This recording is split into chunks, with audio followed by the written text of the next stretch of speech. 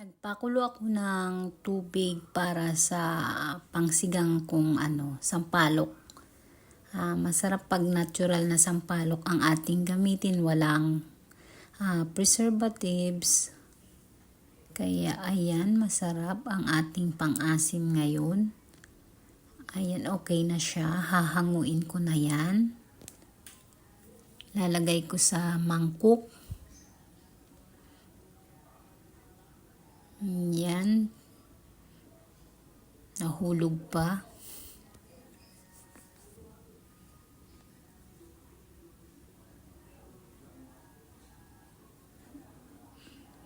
Okay.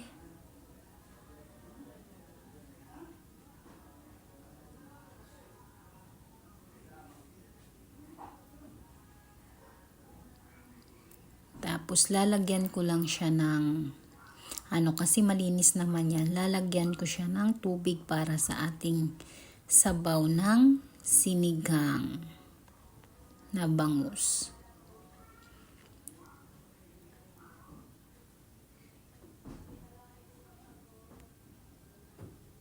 Pagkakulo, ilagay natin ang kamatis. Ayan, at saka sibuyas. Dinamihan ko yung kamatis para masarap. Pakukuluin ko lang. Yan, kulong-kulo na siya. Ilalagay natin ngayon ang bangus. Ayan, 2 bangus ang nabili. Yung 2 buntot ipiprito kasi paborito ng aking asawa ang buntot na bangus. Basta ipiprito lang.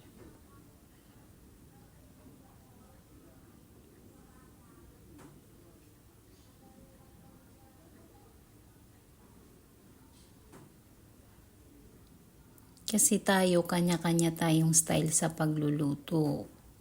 Saka ko lang siya titimplahan yan. Lagay ko yung parang tangkay kasi medyo matigas-tigas. Tangkay ng kangkong. Saka lagyan ko yan ng panimpla na asin. Ayan. Yung tamang timpla lang para hindi tayo magkasakit. Ayan na yung ating sampalok na pinakuluan. Sasalain na natin.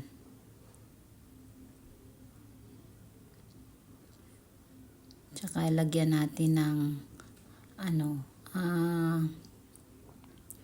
yan, tubig yung pinag-anuhan ng sampalok para kumatas pa siya. Para maging maasim ang ating niluluto.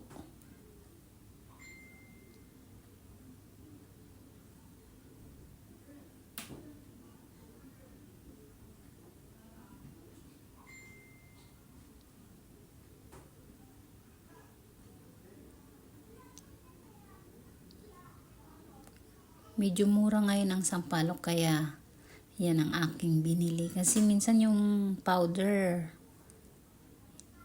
malaki pa. Dun lang siya asim yung malaking sachet.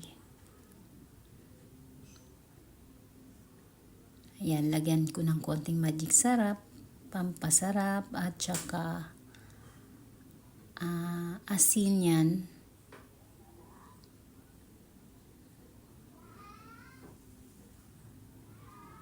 Takpan lang natin.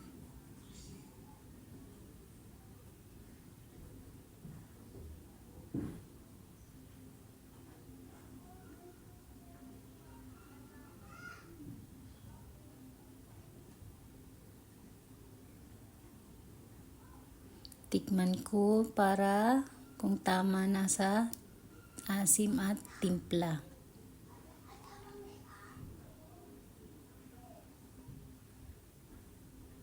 Ayan, okay na. Lagay natin yung ating gulay na kangkong. Kasi kanina tangkay lang nilagay kong una.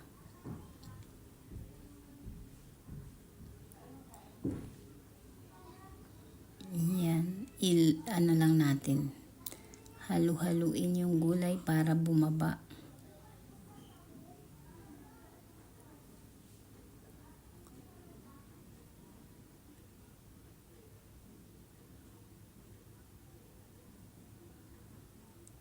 Ayan. Antayin lang natin siyang kulong-kulo, tsaka natin patayin na.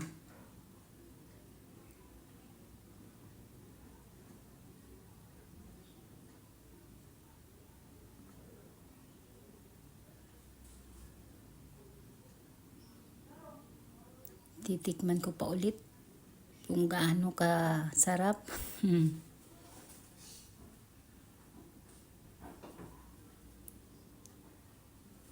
Ayan, okay na yan. Pwede na nating patayin. Okay.